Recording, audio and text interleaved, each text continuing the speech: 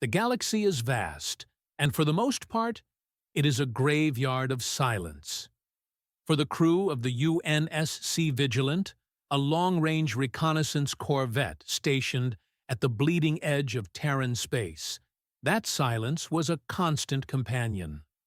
They were the eyes of Terra, drifting through the dark sectors where the starlight is thin and cold. They spent months in the void, watching the shadows, waiting for the monsters that mathematics predicted must exist. They expected pirates. They expected gravitational anomalies. They even expected the return of the carrion ships. But at 0300 hours, ship time, the silence was broken. Not by a radar blip, and not by a sensor ghost. It was broken by a scream. A distress signal punched through the static from a star system 3 light-years away. It was not encrypted. It was not a military code or a diplomatic hail. It was raw, unadulterated terror broadcasting on every known frequency. The audio was distorted, filled with the background noise of collapsing structures and atmospheric fire. But the voice was clear enough to freeze the blood of the bridge crew. The message was simple, repeated over and over until the transmission cut to static. The sky is closing. They are taking the sun. God help us, the planet is cracking. The Vigilant engaged its warp drive immediately. The engines howled as they tore a hole in reality, pushing the corvette to its absolute limit. They arrived in 10 minutes, but in the cold calculus of the universe, they were 10 minutes too late. When the Vigilant dropped out of warp, the navigation sensors malfunctioned immediately. The computer screamed errors, unable to lock onto the gravitational mass of the planet designated Aurelia Prime. The captain walked to the reinforced viewport and looked out into the abyss. He understood why the computer was confused. Aurelia Prime was no longer a sphere. It was a cloud. Billions of tons of rock, magma, and atmosphere were drifting in a chaotic, expanding ring of destruction.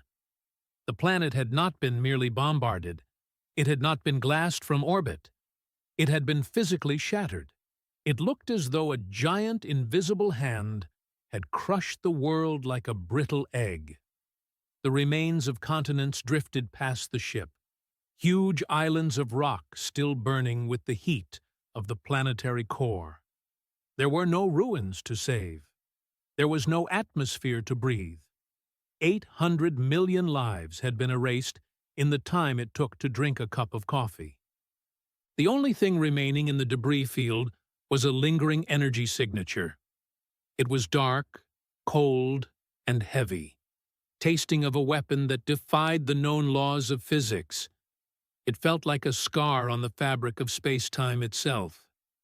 And amidst the drifting rocks, buried in the static of a dead world, a single faint signal beeped. A survival pod. The survivor was a male of the Aurelian species. They were a peaceful race of scholars, farmers, and poets, known for their golden skin and total lack of standing armies.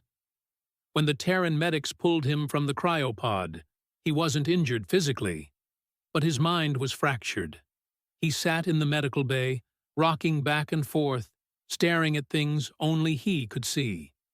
He kept repeating one phrase in universal common, a mantra of madness. Ascend or break. Ascend or break.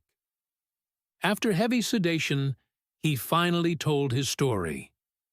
It was a tale that made the veteran Marines on the Vigilant grip their rifles tighter.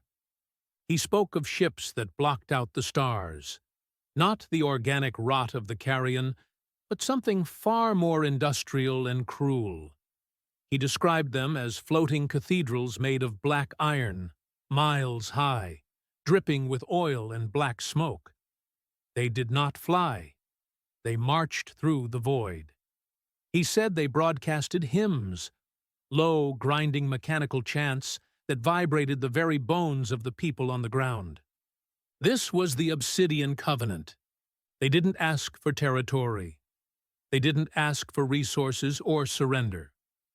Their leader, a giant clad in armor that absorbed the light around him, broadcasted a single ultimatum to the planet's surface. The survivor remembered every word. Flesh is weak. The great silence is coming. Join us, accept the Iron Sacrament, and become eternal. Or cling to your mortality and perish with your world. The Aurelians refused. They valued their freedom, their art, their families. They chose to remain as they were. So, the Covenant fired a weapon the survivor called the gravimetric drill.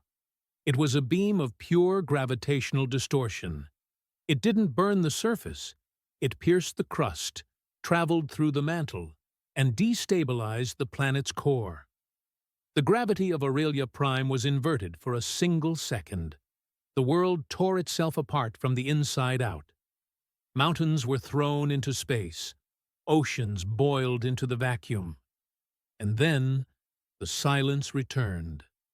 Terran intelligence analyzed the survivors' data with growing horror. This was not random cruelty. It was a crusade. The Obsidian Covenant believes that the Pale Kings, whom they call the final judges, are inevitable. They believe that organic life is a mistake, an error in the universe's code.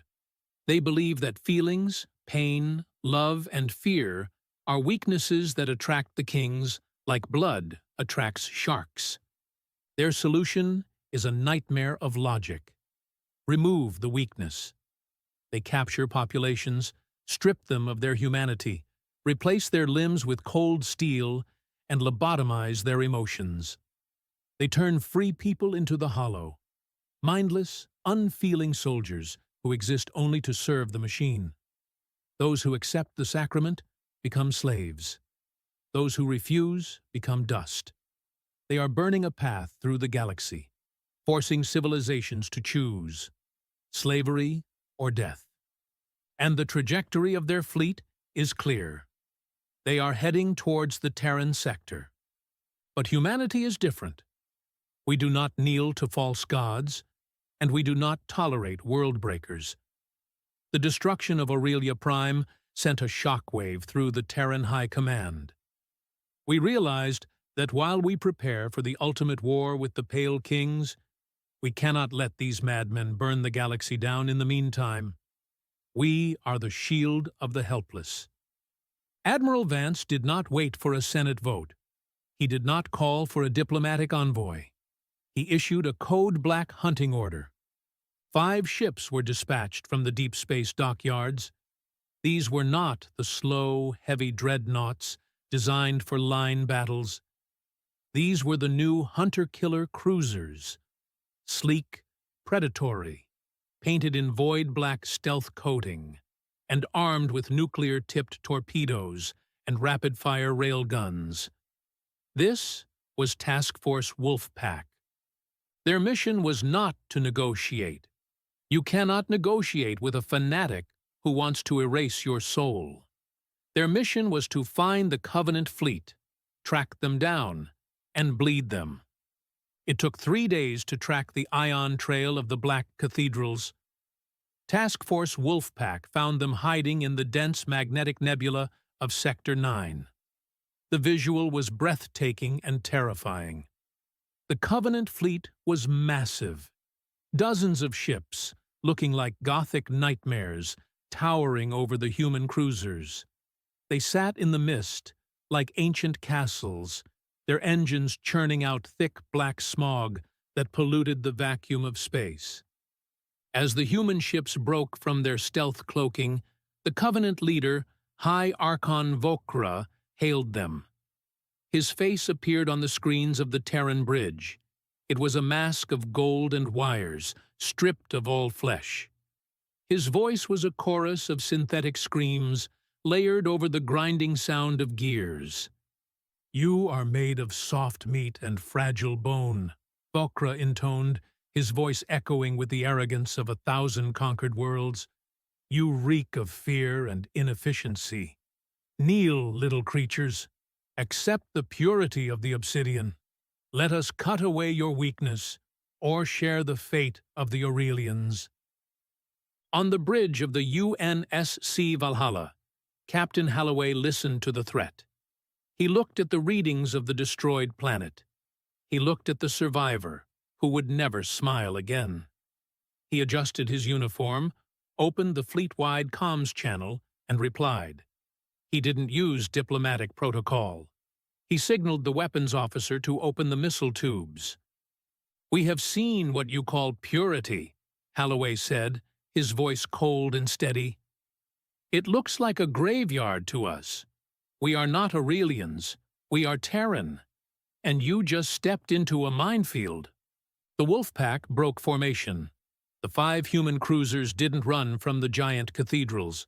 They accelerated. Engines flaring blue-white against the dark nebula, they charged straight at the behemoths. The Covenant expected fear. They expected us to be impressed by their god complex and their size. They are about to learn a very painful lesson. Terrans do not fear gods. We kill them.